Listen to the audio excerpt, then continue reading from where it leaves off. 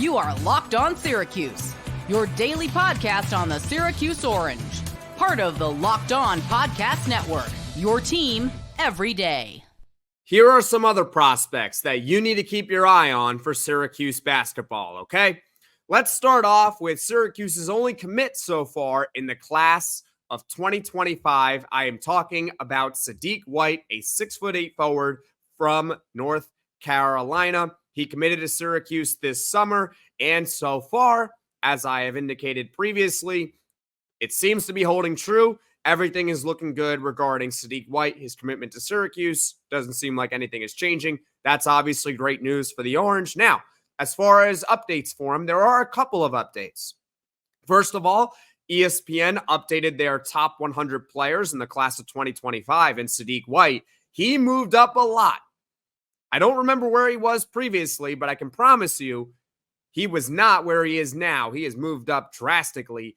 He is now the 15th best player in the country over on ESPN, earning that 5th star. So, Sadique White is now a 5-star on ESPN, and he is also a 24/7 Sports composite 5-star recruit. So, congratulations to Sadique White, and that's good news for Syracuse that it seems as though he is only getting better. He still has an entire high school season before he arrives to campus. And speaking of high school season, Sadique White recently announced that he is transferring to IMG Academy for this upcoming high school basketball season. Now, you guys might be wondering, what does that matter? Well, IMG Academy is a premier high school sports athletic program. So many top-notch athletes in high school go to IMG Academy. They go on to have very successful careers in college, and some of them, of course, go on to the professional ranks. IMG Academy is a powerhouse high school program. So Sadique White transferred there, I think this summer. It was last month, I want to say, when he did that, but it's been a while since we've done a basketball recruiting update for you guys, so I figured I'd tell you guys that information. Now, this is something also that Donnie Freeman did for his senior year. He transferred to IMG Academy as well. And, well, look at what happened with Donnie Freeman. He got even better as a prospect. He just kept rising in the recruiting rankings. So let's just hope that Sadique White can do the same. He already rose, on ESPN. Now, let's talk about Kiyan Anthony. Talked about earlier in the podcast that there has been news with him. He is 6'5", 185 pounds from New York. He is now a consensus top 40 prospect among all the major recruiting services. And actually, it's really weird because a lot of times with prospects, especially in that range of top 40, you can have some of them be like 20, and other recruiting services will have them at 39, right? They always seem to differ slightly. You know, they generally get a good list of them correct. But with Kiyan Anthony, it seems like every recruiting service has him in like the exact same area across the country. Kiyan Anthony, his recruiting ranking falls anywhere between 36 and 30. That's pretty impressive. Between 36 and 30. So overall, if you do a nice round number, he's top 40 overall in the country. Now, he recently had an in-home visit with Syracuse on September 4th, which is obviously a really good indicator that Syracuse feels like a favorite for Kiyan Anthony, and there's mutual interest between the two schools. However, I have to let you guys know that Kiyan Anthony is taking visits to other places as well, which was, by the way, not unexpected for Kiyan Anthony to do. I know that we all want Kiyan Anthony to commit to Syracuse, but at the same time, he's going to go through the process just like any other high school recruit is going to go through. It's not uncommon.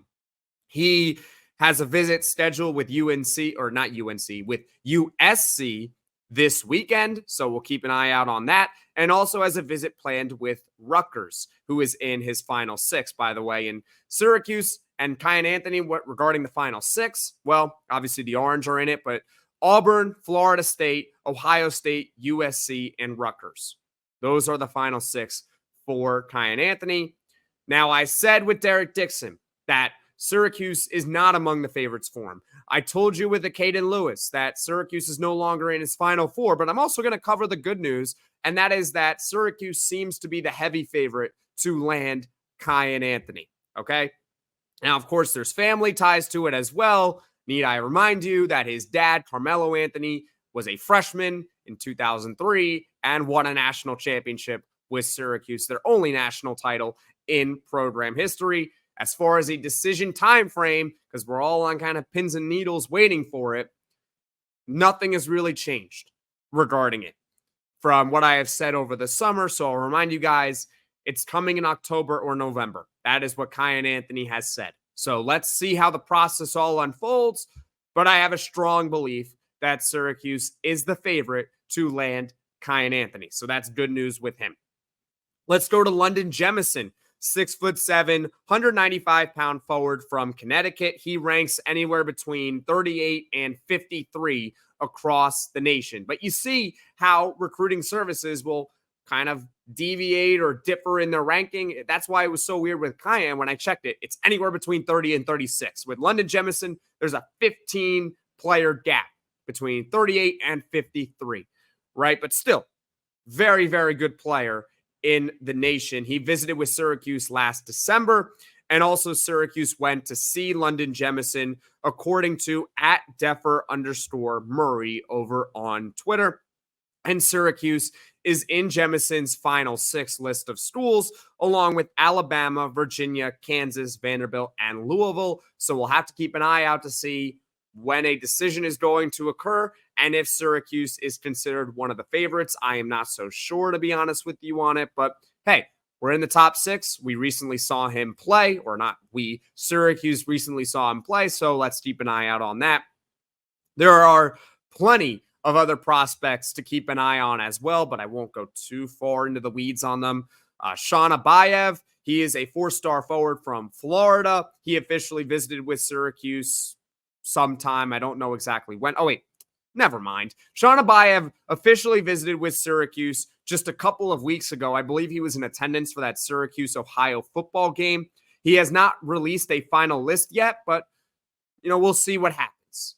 I don't know where Syracuse stands regarding Sean Abayev, but they did have that official visit with him just a couple weeks ago. It was Syracuse and Ohio. Now, Tyler Jackson, a 4-star guard who said over the summer that him and Kiyan Anthony had been talking about possibly teaming up at Syracuse. Well, his recruitment has been kind of quiet. I haven't been able to find too much regarding Tyler Jackson, so when I do, I'll keep you in the loop on that. But it's been kind of quiet recently. I'm not so sure if Syracuse is a favorite, nor not a favorite. It's just been a quiet recruiting period for Tyler Jackson so far. Keyshawn Tillery, another name to keep an eye on, a 4-star guard from Albany. He has unofficially visited with Syracuse, and just keep your eye on him, because I indicated that, or I told you that the Orange aren't really the favorite to land Derek Dixon. They're obviously out on Acaden Lewis.